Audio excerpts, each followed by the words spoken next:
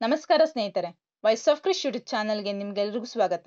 ಸ್ನೇಹಿತರೆ, ನಮ್ಮ ದೇಶದಲ್ಲಿ ಕೃಷಿ ಅಂದ್ರೆ ಅದು ಮಾನ್ಸೂನ್ ಜೊತೆಗಿನ ಜುಗಲ್ ಬಂದಿದ್ದಂತೆ. ಕೆಲವೊಮ್ಮೆ ಅತಿವೃಷ್ಟಿ ಮತ್ತೆ ಕೆಲವೊಮ್ಮೆ ಅನಾವೃಷ್ಟಿ. ಇವುಗಳಿಂದ ರೈತರು ಪ್ರತಿ ವರ್ಷ ಅಪಾರ ಬೆಳೆ ನಷ್ಟವನ್ನು ಅನುಭವಿಸುತ್ತಾರೆ.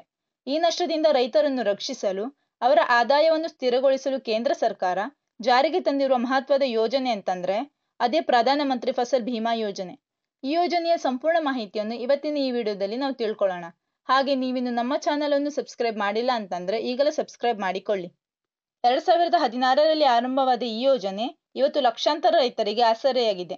ಕರ್ನಾಟಕದಲ್ಲಿ ಇದನ್ನು ಕರ್ನಾಟಕ ರೈತ ಸುರಕ್ಷಾ ಪ್ರಧಾನಮಂತ್ರಿ ಫಸಲ್ ಭೀಮಾ ಯೋಜನೆ ಎಂದು ಅನುಷ್ಠಾನಗೊಳಿಸಲಾಗುತ್ತಿದೆ. ಈ ಯೋಜನೆಯ ಮುಖ್ಯ ಉದ್ದೇಶಗಳು ಏನಂದ್ರೆ ಪ್ರಕೃತಿ ವಿಕೋಪಗಳಿಂದ ಬೆಳೆ ಹಾನಿಯಾದಾಗ ಆರ್ಥಿಕ ನೆರವು ನೀಡುವುದು, ರೈತರ ಆದಾಯವನ್ನು ಸ್ಥಿರಗೊಳಿಸಿ ಕೃಷಿಯಲ್ಲಿ ನಿರಂತರತೆ ಖಚಿತಪಡಿಸುವುದು, ಆಧುನಿಕ ಕೃಷಿ ಪದ್ಧತಿಗಳನ್ನು ಅಳವಡಿಸಿಕೊಳ್ಳಲು ರೈತರನ್ನು ಪ್ರೋತ್ಸಾಹಿಸುವುದು.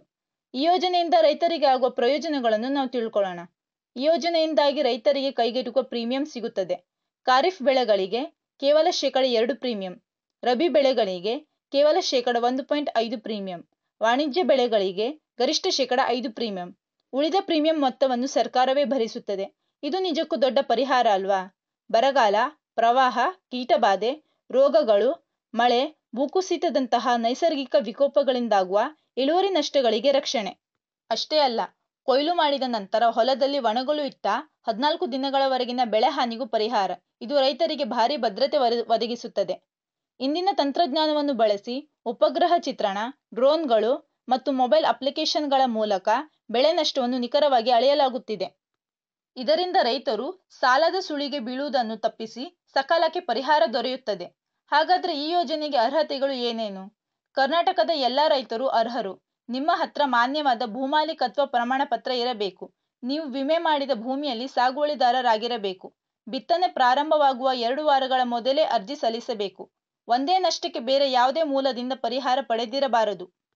ನೀವು ಈ ಯೋಜನೆಗೆ ಅರ್ಜಿ ಸಲ್ಲಿಸಲು ಕೃಷಿ ಇಲಾಖೆಯ ಅಧಿಕೃತ ವೆಬ್ಸೈಟ್ಗೆ ಭೇಟಿ ನೀಡಿ ಅಲ್ಲಿ ಅರ್ಜಿ ಸಲ್ಲಿಸಬಹುದು. ನಿಮಗೆ ಇನ್ನಷ್ಟು ಮಾಹಿತಿ ಬೇಕಿದ್ದರೆ ಹತ್ತಿರದ ಕೃಷಿ ಇಲಾಖೆ ಕಚೇರಿ ಅಥವಾ ನಿಮ್ಮ ಗ್ರಾಮ ಪಂಚಾಯತ್ ಅನ್ನು ಸಂಪರ್ಕಿಸಿ. ಪ್ರಧಾನಮಂತ್ರಿ ಫಸಲ್ ಭೀಮಾ ಯೋಜನೆ ರೈತರಿಗೆ ಒಂದು ಬಲವಾದ ಬೆನ್ನೆಲುಬು. ಇದು ನೈಸರ್ಗಿಕ ವಿಕೋಪಗಳ ವಿರುದ್ಧ ಒಂದು ಆರ್ಥಿಕ ರಕ್ಷಾ ಕವಚ. ಈ ಯೋಜನೆಯ ಲಾಭವನ್ನು ಪಡೆದುಕೊಳ್ಳಿ. ನಿಮ್ಮ ಬೆಳೆಗಳನ್ನು ಮತ್ತು ನಿಮ್ಮ ಭವಿಷ್ಯವನ್ನು ಸುರಕ್ಷಿತಗೊಳಿಸಿ. ಸ್ನೇಹಿತರೆ, ಈ ಯೋಜನೆಯ ಬಗ್ಗೆ ನಿಮ್ಮ ಅಭಿಪ್ರಾಯವನ್ನು ಕಮೆಂಟ್ ಬಾಕ್ಸ್ನಲ್ಲಿ ತಿಳಿಸಿ. ಹಾಗೆ ಈ ವಿಡಿಯೋ ನಿಮಗೆ ಇಷ್ಟ ಆಗಿದ್ರೆ ಲೈಕ್ ಮಾಡಿ, ಶೇರ್ ಮಾಡಿ. ಧನ್ಯವಾದಗಳು.